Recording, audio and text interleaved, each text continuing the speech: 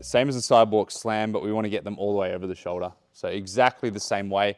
If you are taking it though, you really want to post nicely with the hands, like real strong, but just make sure your legs kick up and over the same shoulder. So really try to like rotate on the spot, pull yourself in. All right, so he's nice and light with his arms here, which is good. When he holds on for dear life, it's very hard for me to get my left hand underneath, which I kind of need to help bring momentum around. So yeah, pretty like hold on, but pretty loose. I want to get, if I can, my left arm underneath the armpit.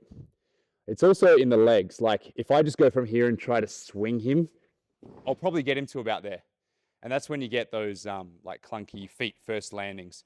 You really have to use your knees to pop them up. So the action is knees down and up, down and around. If you can get that really smooth where it doesn't look like you've stopped halfway through, it's a really awesome move. So around, under the armpit, which you can kind of get into position early, down, up, around, and the rest is exactly the same. Just pop their legs up, hips high, and they should come through. So boom, boom, boom. All right, we'll chuck it into super slow-mo so I can break it down for you further. If you're the person giving the move, as I said, you want to make sure you're posting off their shoulders. So both hands on their shoulders. Use that to bring your body in close, close the gap, and you want to bring your knees to your chest. That's going to allow you to rotate on the spot and end up on their shoulders much easier. If you elongate your body, it's just going to feel like a sandbag. And when you're giving the move, same as a sidewalk slam, bend your knees, drop your level. Your left hand comes underneath their hamstring. If you get the timing right, it should be quite an easy hoist up into the shoulder position. Now you'll see here the base is bending his knees again. So there's two down and up actions. There's two phases to this move.